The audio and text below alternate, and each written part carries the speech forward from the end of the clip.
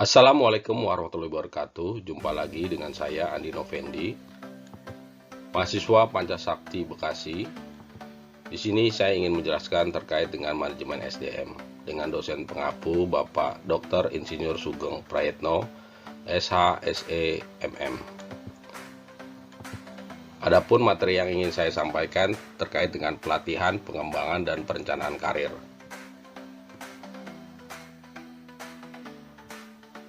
Pengertian pelatihan dan pengembangan. Pelatihan atau training merupakan proses pembelajaran yang melibatkan perolehan keahlian, konsep, peraturan, atau sikap untuk meningkatkan kinerja tenaga kerja. Dimaksudkan untuk memperbaiki penguasaan berbagai keterampilan dan teknik pelaksanaan kerja tertentu, terinci dan rutin. Sedangkan pengembangan atau development diartikan sebagai penyiapan individu untuk memikul tanggung jawab yang berbeda atau yang lebih tinggi dalam perusahaan, organisasi, lembaga, atau instansi pendidikan. Memiliki ruang lingkup lebih luas dalam upaya untuk memperbaiki dan meningkatkan pengetahuan, kemampuan, serta sifat-sifat kepribadian.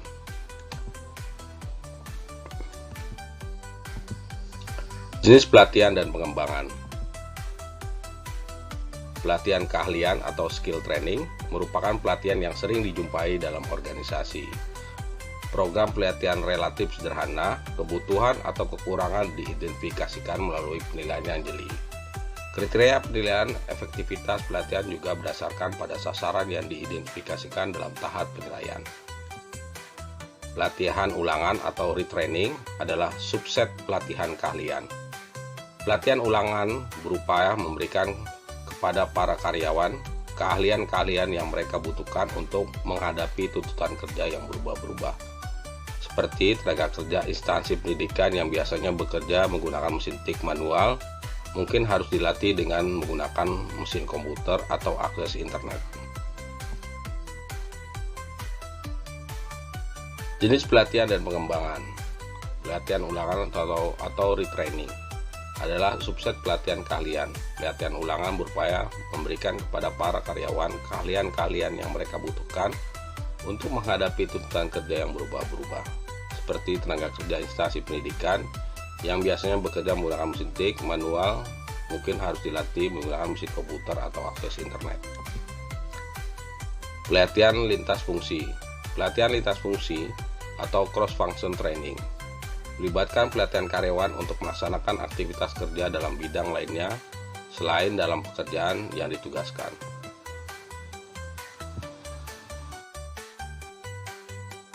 Kita lanjutkan dalam jenis pelatihan dan pengembangan. Pelatihan tim. Pelatihan tim merupakan bekerja sama terdiri dari sekelompok individu untuk menyelesaikan pekerjaan demi tujuan bersama dalam sebuah tim kerja. Pelatihan kreativitas atau disebut juga dengan kreativitas training berlandaskan pada asumsi bahwa kreativitas dapat dipelajari. Maksudnya, tenaga kerja diberikan peluang untuk mengeluarkan gagasan sebebas mungkin yang berdasarkan pada penilaian rasional dan biaya dan kelayakan. Perbedaan antara pelatihan dan pengembangan. Pelatihan adapun tujuannya meningkatkan kemampuan individu bagian kepentingan jabatan saat ini. Adapun sasarannya adalah peningkatan kinerja jangka pendek. Orientasinya adalah kebutuhan jabatan saat ini, efek terhadap karir, keterkaitan dengan karir relatif lebih rendah. Pengembangan tujuannya adalah meningkatkan kemampuan individu bagi kepentingan jabatan yang akan datang. Sasarannya adalah peningkatan kinerja jangka panjang. Orientasinya adalah kebutuhan perubahan terencana atau tidak terencana. Efek terhadap karir terkait dengan karir relatif lebih tinggi.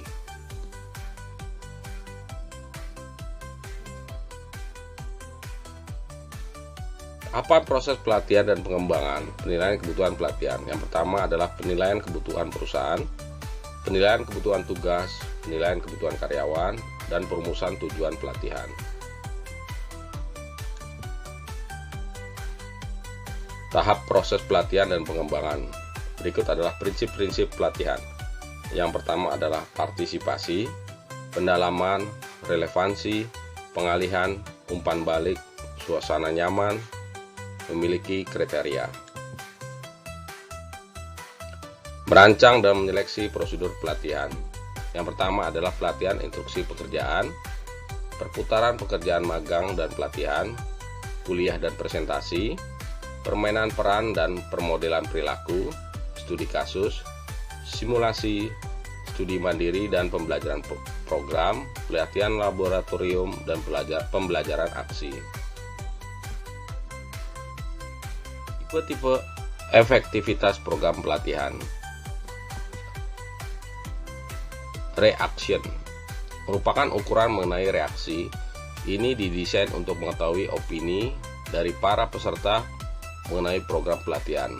Usaha untuk mendapatkan opini pada para peserta tentang pelatihan ini, terutama didasarkan pada beberapa alasan utama, seperti untuk mengetahui sejauh mana para peserta merasa puas dengan program untuk memaksudkan diadakannya beberapa revisi atas program pelatihan, untuk menjamin agar para peserta yang lain bersikap represif untuk mengikuti program pelatihan. Learning, informasi yang ingin diperoleh melalui jenis evaluasi ini adalah mengetahui seberapa jauh para peserta menguasai konsep-konsep pengetahuan, keterampilan-keterampilan yang diberikan selama pelatihan. Behavior, perilaku dari para peserta sebelum dan sesudah pelatihan dapat dibandingkan guna mengetahui tingkat pengaruh pelatihan terhadap perubahan performa mereka. Langkah ini penting karena sasaran dari pelatihan adalah untuk mengetahui perilaku atau performasi para peserta pelatihan setelah diadakan program pelatihan. Organisasi result tujuannya dari mengumpulkan informasi pada level ini adalah untuk menguji dampak pelatihan terhadap kelompok kerja atau organisasi secara keseluruhan.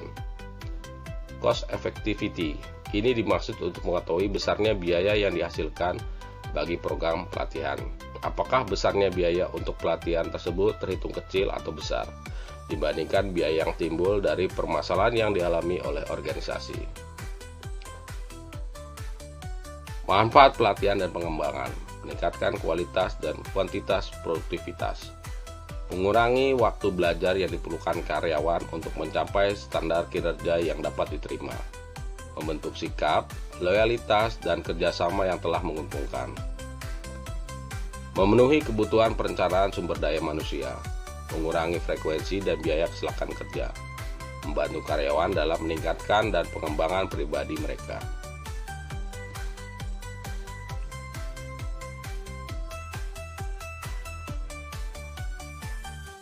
Dan pengembangan. Pelatihan dan pengembangan dianggap sebagai obat untuk semua penyakit organisasi.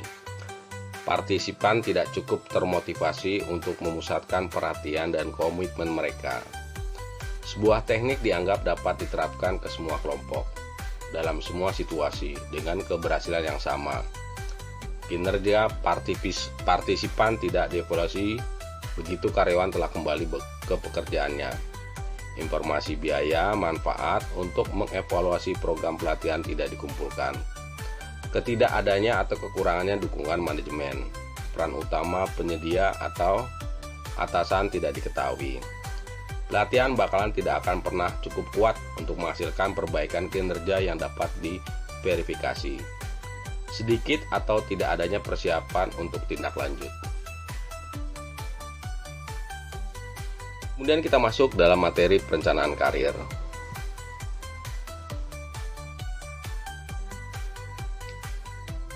Kemampuan akhir yang diharapkan atau karir, menjelaskan mengenai hal-hal yang diperlukan dalam konseling pengambilan keputusan karir dan mampu membuat rancangan pokok konseling karir. Pengertiannya, karir menurut Monley and New, suatu arahan umum yang dipilih oleh seseorang untuk mengejar keseluruhan kehidupan kerjanya. Karir menurut Kate Davis and Walter Wybe, suatu pekerjaan atau jabatan yang dipegang selama kehidupan kerja seseorang dalam suatu organisasi. Jadi pengertian karir adalah semua pekerjaan atau jabatan yang dipegang selama masa kerja seseorang. Pengertian karir yang berbeda. Karir memiliki 3 pengertian karir yang berbeda. Yang pertama adalah karir sebagai suatu rangkaian promosi jabatan atau mutasi yang ke jabatan lebih tinggi dalam jenjang hierarki yang dialami oleh seseorang tenaga kerja selama masa kerjanya. Karir sebagai suatu petunjuk pekerjaan yang memiliki gambaran atau pola pengembangan yang jelas dan sistematis. Karir sebagai suatu sejarah kedudukan seseorang, suatu rangkaian pekerjaan atau posisi yang pernah dipegang seseorang selama masa kerjanya. Oleh karena itu, pengertian yang terakhir ini sangat luas dan umum, karena setiap orang pasti mempunyai sejarah pekerjaan, yang berarti setiap orang mempunyai karir masing-masing. Komponen utama dalam karir. Alur karir adalah pola pekerjaan yang berurutan yang membentuk karir seseorang. Tujuan karir merupakan kenyataan tentang posisi masa depan di mana seseorang berupaya mencapai sebagai bagian dari karir hidupnya. Perencanaan karir merupakan proses di mana seseorang menyeleksi tujuan karir dan arus karir untuk mencapai tujuan tersebut. Sedangkan pengembangan karir seseorang meliputi perbaikan-perbaikan personal yang dilakukan untuk mencapai rencana dan tujuan karirnya.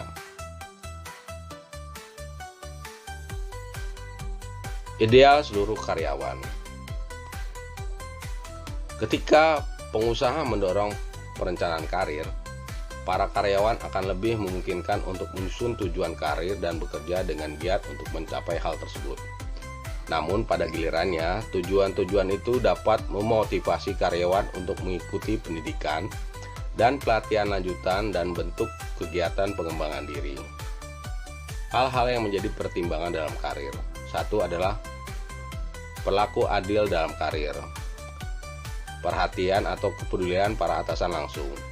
Informasi tentang berbagai peluang dan promosi. Minat untuk dipromosi. Terakhir, tingkat kepuasan. Beberapa hal yang dapat dipakai oleh setiap individu untuk mengembangkan diri, antara lain: pertama, berusaha mengenal diri sendiri. Kedua, berusaha mengenal kekuatan diri sendiri. Ketiga, berusaha mengenal kelemahan diri sendiri. Keempat, berusaha mengembangkan interaksi dan komunikasi terbuka dengan lingkungan yang positif dan edukatif. 6. Membiasakan diri selalu mengadakan kritik terhadap diri sendiri, mengevaluasi diri, dan mengembangkan rasa humor. 6. Mencoba menerima keadaan secara rasional dan objektif. 7. Membiasakan diri selalu mengadakan pengecekan dan teliti dalam setiap tindakan. 8. Memiliki tujuan dalam tahapan waktu terprogram. Tidak mengintimidasi diri pada seseorang, tetapi mandiri. Perencanaan karir dan pengembangan karir.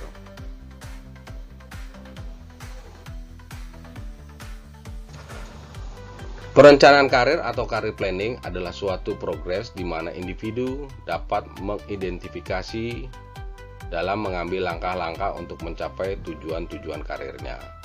Pengembangan karir merupakan suatu kondisi yang menunjukkan adanya peningkatan status seseorang dalam jalur karir yang telah ditetapkan dalam suatu organisasi. Pengembangan karir atau career development meliputi aktivitas-aktivitas untuk mempersiapkan seseorang individu pada kemajuan jalur karir yang direncanakan. Faktor-faktor yang mempengaruhi keberhasilan karir.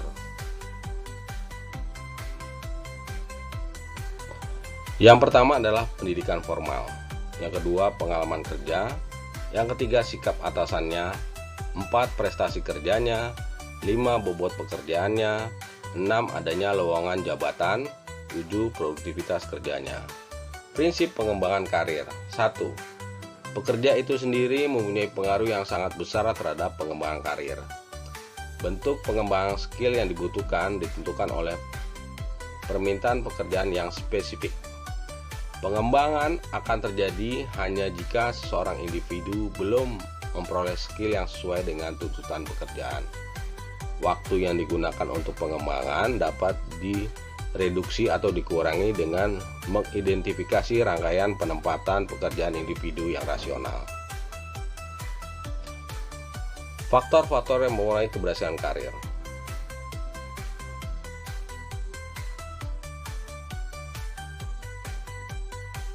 Kerangka karir, di mana perencanaan karir, kemudian jalur karir, kemudian sasaran-sasaran karir. Di mana di tengah-tengah kita bisa lihat terkait jalur karir, di sini ada pengembangan karir dan umpan balik. Jalur karir adalah pola pekerjaan berurut yang membentuk karir seseorang. Kemudian sasaran karir adalah posisi di waktu yang akan datang, di mana seseorang termotivasi untuk mencapai sebagai bagian dari karir. Kemudian kunci pokok dalam jalur karir terletak atas dua hal. Yang pertama adalah kemampuan intelektual dan kepribadian dalam kepemimpinan.